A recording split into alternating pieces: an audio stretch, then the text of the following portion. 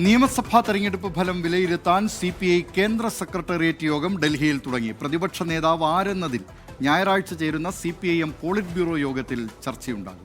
വിവരങ്ങളുമായി ഡൽഹിയിൽ നിന്ന് അർജുൻ പീതാംബരൻ ചേരുന്നു. അർജുൻ പീതാംബരൻ, CPI കേന്ദ്ര സെക്രട്ടേറിയറ്റ് യോഗം ഡൽഹിയിൽ തുടങ്ങിയിരിക്കുകയാണ്. CPIMന്റെ പോളിറ്റ് ബ്യൂറോ യോഗം നടക്കാനിരിക്കുന്നു ഞായറാഴ്ച. എന്തൊക്കെയാണ് വിശദാംശങ്ങൾ? ദിലീപ് കുമാർ, 5 സംസ്ഥാനങ്ങളിലെ നിയമസഭാ തെരഞ്ഞെടുപ്പ് ഫലം വിലയിരുത്താൻ വേണ്ടിയിട്ടുള്ള, അവലോകനം ചെയ്യാൻ വേണ്ടിയിട്ടുള്ള നേതൃയോഗങ്ങളാണ്, CPIയുടെ നേതൃയോഗങ്ങളാണ് ഇപ്പോൾ പുരോഗമിച്ചുകൊണ്ടിരിക്കുന്നത്. നിലവിൽ കേന്ദ്ര സെക്രട്ടേറിയറ്റ് യോഗമാണ് പുരോഗമിച്ചുകൊണ്ടിരിക്കുന്നത്. ഉച്ചയ്ക്ക് ശേഷം 2:30 ദേശീയ എക്സിക്യൂട്ടീവ് യോഗവും നാളെയും മറ്റന്നാളും CPIയുടെ ദേശീയ കൗൺസിൽ യോഗവും ചേരുന്നുണ്ട്.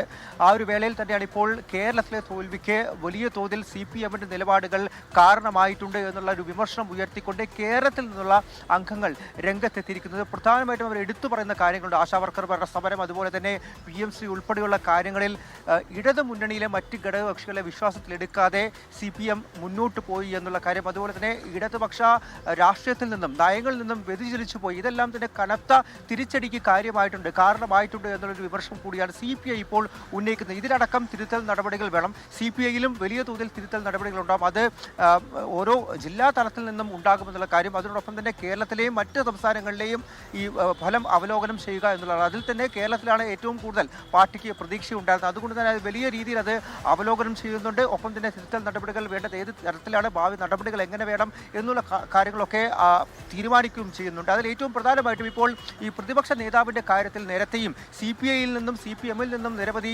പ്രതികരണങ്ങൾ വന്നതാണ്. അതിൽ തന്നെ CPIയുടെ കേന്ദ്ര നേതൃത്വം ഒരു നിലപാട് എടുത്തിരിക്കുന്നത്, അക്കാര്യം CPM തീരുമാനിക്കട്ടെ ആര് പ്രതിപക്ഷ നേതാവാകണം എന്നുള്ള കാര്യത്തിൽ CPM തന്നെ നിലപാടെടുക്കട്ടെ, മറിച്ച് നേരത്തെ P. സന്തോഷ് കുമാർ അടക്കം പുതിയ ആളുകൾ വരണം എന്നുള്ള കാര്യം ചൂണ്ടിക്കാട്ടിയിരുന്നു. അതെല്ലാം തന്നെ അദ്ദേഹത്തിൻ്റെ വ്യക്തിപരമായിട്ടുള്ള തീരുമാനമായിരുന്നു. ഏത് അടിസ്ഥാനത്തിൽ, എന്ത് സാഹചര്യത്തിലാണ് അദ്ദേഹം അങ്ങനെ ഒരു കാര്യം പറഞ്ഞത് എന്നുള്ള കാര്യം വ്യക്തമല്ല. മറിച്ച് CPIയുടെ കേന്ദ്ര നേതൃത്വത്തിന് കേരളത്തിലെ പ്രതിപക്ഷ നേതാവിൻ്റെ കാര്യത്തിൽ CPM തന്നെ ഒരു നിലപാടെടുത്താൽ മതി എന്നുള്ള കാര്യമാണ്.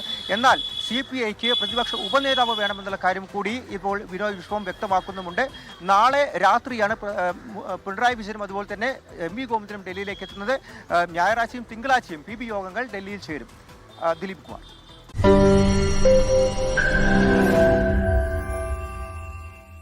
ലോകത്തെവിടെയായാലും ഏത് സമയത്തും 24 വാർത്തകളും ഓഗ്മെന്റഡ് റിയാലിറ്റി പാക്കേജുകളും എക്സ്പ്ലെയിനറുകളും വിശദമായി കാണാൻ ഞങ്ങളുടെ YouTube ചാനൽ നിങ്ങൾക്ക് സബ്സ്ക്രൈബ് ചെയ്യാം.